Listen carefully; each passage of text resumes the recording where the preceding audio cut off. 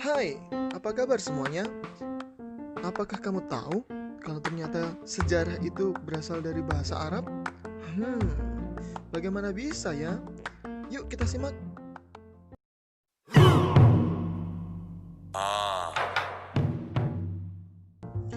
Hai hai, pernah nggak sih kamu itu bertanya-tanya kenapa dinamakan sejarah?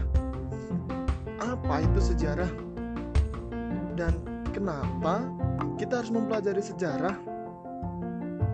Nah, kita akan membahas tuntas di sini. Bagi kamu yang suka dengan video ini, silakan like dan juga subscribe, oke? Nah, kamu tahu gak sih kalau ternyata sejarah itu berasal dari bahasa Arab yang artinya pohon. Iya, berasal dari bahasa Arab syajaratun, artinya pohon. Benar, pohon. Kenapa ya? Ada yang tahu?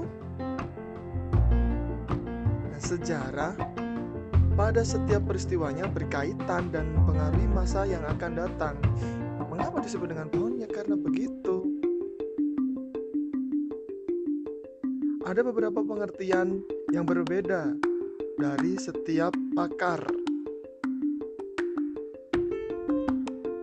seperti Ibnu Khaldun, Muhammad Yamin, Sartono Kartodiryo, dan juga masih banyak lagi.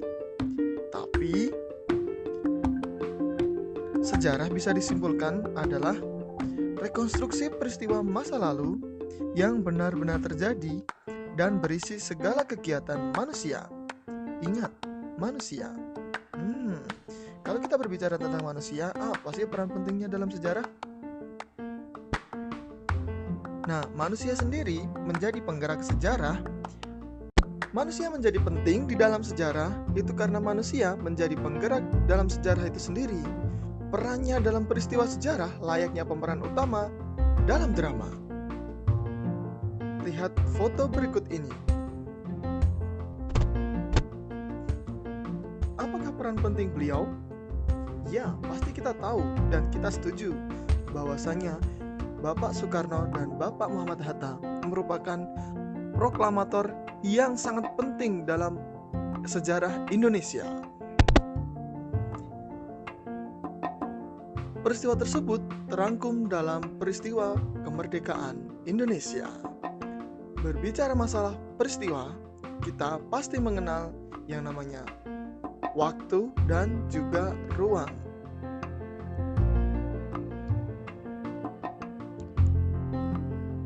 Dalam sejarah mengenal adanya konsep ruang dan juga waktu. Konsep waktu dalam sejarah mencakup 4 hal. Ada perkembangan, kesinambungan, pengulangan, dan perubahan.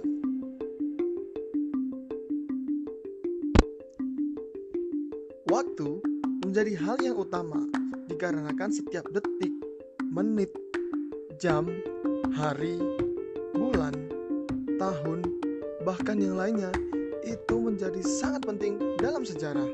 Bahkan 1 detik yang lalu juga sejarah loh. Pasti kamu bingung, bagaimana sih cara belajar sejarah agar tidak banyak menghafalkan? Kan setiap detik itu adalah sejarah, benar kan? Nah, maka dari itu terciptalah yang namanya periodisasi. Apa itu periodisasi? Periodisasi adalah pembabakan masa atau waktu yang digunakan untuk mengetahui berbagai peristiwa dalam sejarah. Jadi pembabakan ini tidak untuk memisahkan antara peristiwa yang satu dengan yang lainnya. Pembabakan ini sangat penting. Mengapa? Karena dengan pembabakan kita bisa dengan mudah memahami urutan-urutan waktu dan peristiwa dalam sejarah. Sedangkan ruang merupakan tempat terjadinya peristiwa sejarah. Di sini, hal yang penting yang kedua dalam sebuah sejarah. Selain konsep ruang dan waktu, dalam sejarah juga ada yang namanya konsep kausalitas atau sebab akibat.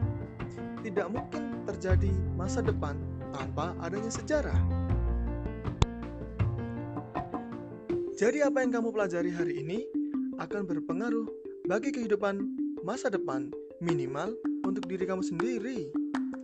Keren bukan? Jadi mulai sekarang, silahkan kamu tentukan masa depanmu sendiri dengan menjadikan hari ini sebagai sejarah bagimu sendiri. Terima kasih yang sudah menonton hari ini. Jangan lupa like, share, dan komen. Dan juga berlangganan. Terima kasih, sampai jumpa.